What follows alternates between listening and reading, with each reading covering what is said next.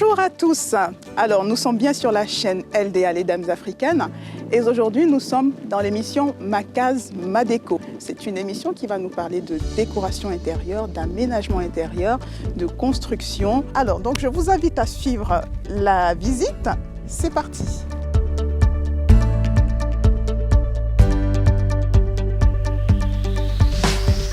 Bonjour Ezekiel. Comment vas-tu? Ça va, super.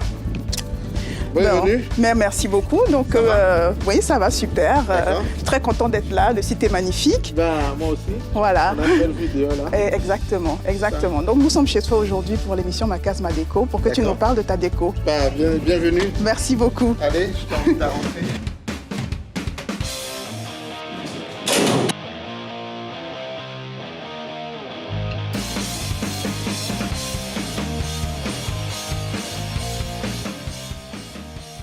Alors, assieds-toi. Merci. Dis-moi Ezekiel, pourquoi venir vivre à Plaine-Charville? Alors, grande question. Hein. Ah oui. Déjà parce que... Rapidement, je pense que tu es ici depuis de nombreuses années. Oui, je suis ici depuis 2017. Et franchement, en 2017, c'est à Bingerville déjà que je pouvais acheter un terrain. Ça, c'était un choix stratégique. Et puis, Bingerville, parce que c'est le quartier qui allie tout ce qui est écologie, tout ce qui est belle nature, tout ce qui est tranquillité, tout ça. Et c'est vraiment un beau cadre. Donc, voilà. Et puis, c'est pas loin de là où je travaille. Donc, c'est tout ça qui a milité pour Bingerville, en fait. Et la passion pour la décoration Alors, la passion pour l'architecture. D'abord, je suis un fanat de tout ce qui est tracé, ligne tracée. J'aime tout ce qui est conçu avant d'être réalisé. Même quand je fais un travail intellectuel, j'aime le faire au brouillon d'abord, l'écrire avant de le réaliser. C'est un peu ça l'architecture. Penser tout ce qui est fin, le tracer et puis le réaliser. Donc j'aime ça. Et puis depuis très jeune, j'achetais beaucoup de livres d'architecture. Il y a des émissions télé que je regardais aussi, Mes Incroyables Maisons sur MTV, etc. Donc tout ça m'a donné un peu le goût de l'architecture.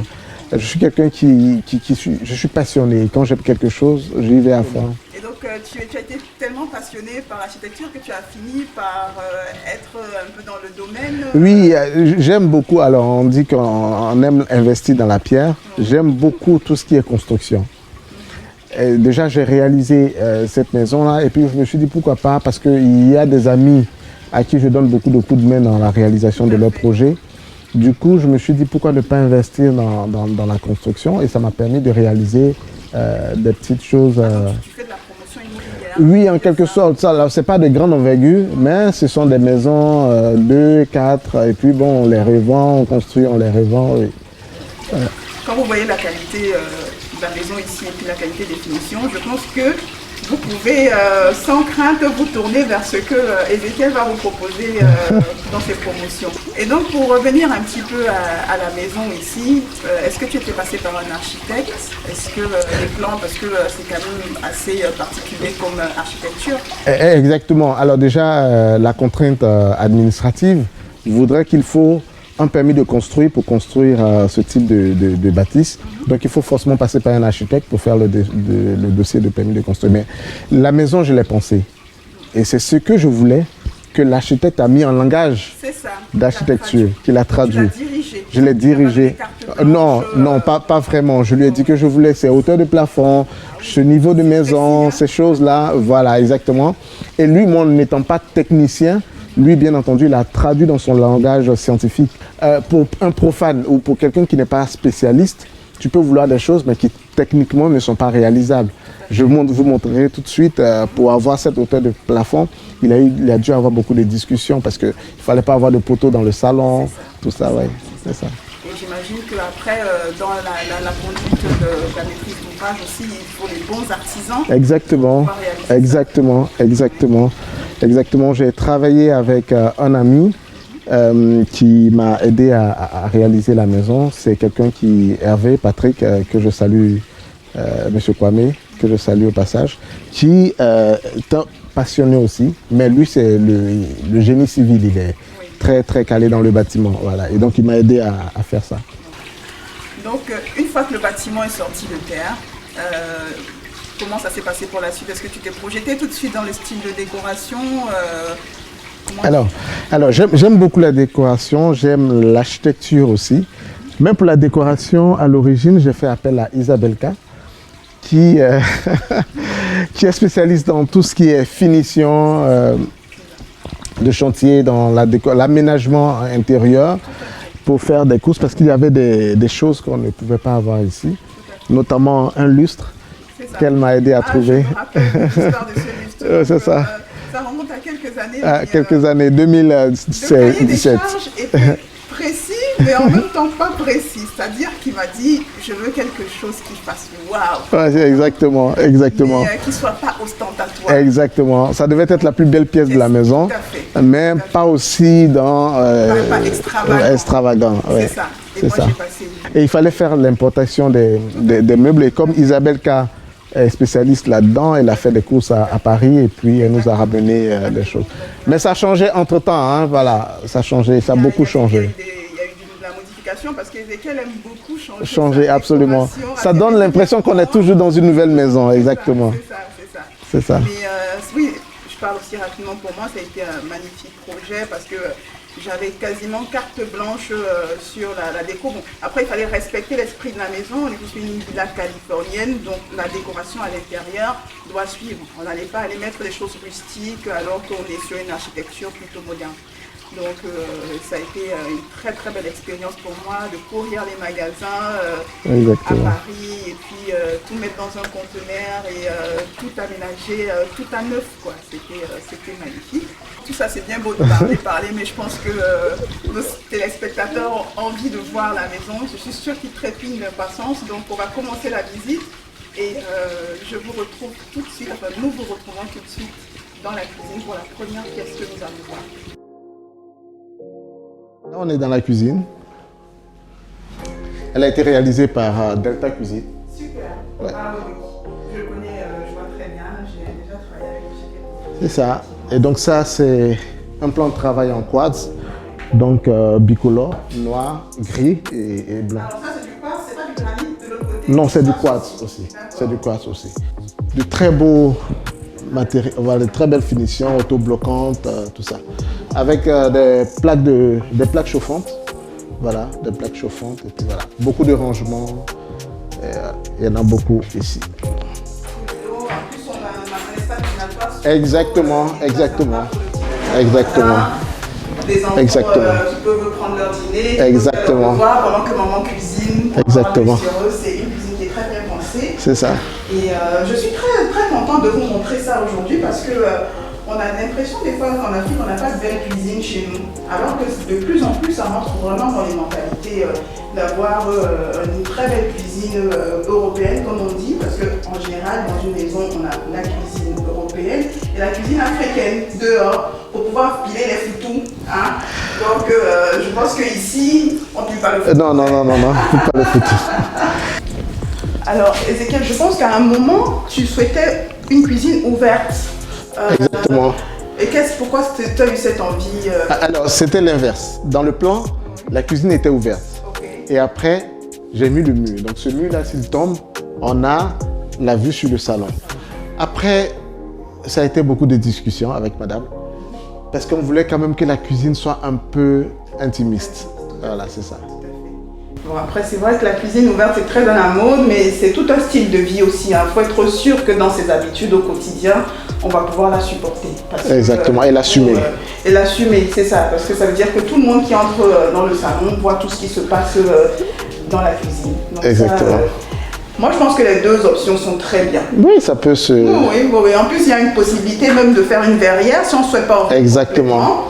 Donc, à moitié du mur, et puis... ça donne aussi un élément architectural. Exactement, oui. Pourquoi pas. Pourquoi pas. J'ai des petites idées.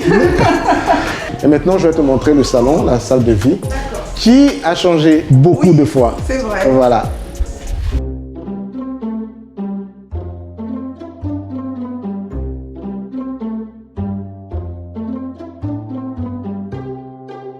Là, on est dans la pièce de vie. En fait, c'est la salle à manger et le salon dans la même grande pièce.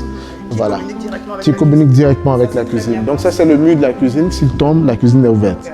Voilà. Donc une salle à manger qu'on a pris chez Casa Shop qui font du mobilier d'intérieur. Donc il y a des buffets, il est magnifique. Il est très lourd aussi. Voilà. Mais je vois que c'est à peu près dans les mêmes formes que le premier buffet qui était là. Exactement. Dans les mêmes teintes. C'est ça. Donc avec la salle à manger, voilà, c'est un peu plus sobre, c'est moins clair comme Tout à fait. contrairement au départ. Magnifique. Oui. Les chaises aussi sont très belles. C'est ça. C'est très bien pensé. Et donc je rappelle que c'est Ezekiel qui a refait l'aménagement. Exactement. Je pense que tu pourras passer les images de l'origine. Tout à fait. Voilà, pour qu'on voit un peu comment c'est. Et donc la décoration, c'est pas qu'une affaire de femmes. Exactement. Donc, les hommes ici s'en sortent aussi très bien. Voilà. La hauteur du plafond, on est à 6,30 mètres de hauteur. 6,30 mètres. Donc il fallait vraiment faire travailler les ingénieurs bâtiments pour ne pas qu'il y ait de poteaux ici. Et donc la structure se croise et c'est magnifique. C'est là qu'on se dit chacun son métier. Exactement, chacun son métier. Tu peux rêver. Exactement. Tu rêves, mais il faut quelqu'un qui peut réaliser. Et puis le fameux lustre, voilà, qui est la pièce principale de la maison en fait. Parce qu'avec cette hauteur, il fallait quelque chose qui va avec. pas trop majestueux, voilà, pas ostentatoire, très moderne. Des beaux lustres comme ça, il y a beaucoup de copies qu'on prend en Chine, mais celui-là c'est un original. Un original, c'est ça. Montant à la caméra ici, mais c'est un original. Et comme Et il a été expédié par le créateur directement. Et là, c'est toujours Casa Shop qui nous a livré ces meubles. Bon, là, le meuble télé, il a été fait main. Voilà. Et puis, on a l'escalier qui, à l'origine ou dans le plan, ne devait pas avoir de garde-corps. Mais bon, après, avec les enfants, voilà, parce que ça devait participer à la beauté de la maison. Pour ne pas tout faire neutre, on a rajouté un peu de, voilà, ce mur de couleur. Exactement. Oui, ça c'est ton œuvre aussi, c'est toi qui l'avais pensé. Il y a les toilettes visiteurs en bas. Oui. Voilà. Je me souviens de ces toilettes visiteurs. C'est particulier. On vous montre ça pourquoi il y a une petite particularité. Ils sont tout noirs.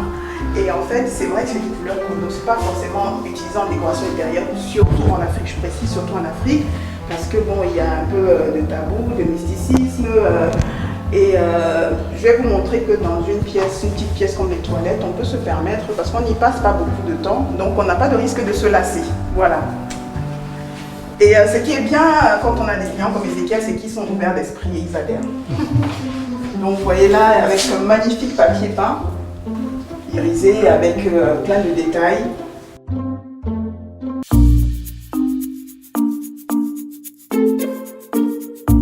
Ici, on a le salon d'en haut qui donne sur le séjour en bas. Donc de là, tu peux regarder la télé, mais surtout t'asseoir et puis admirer la lagune.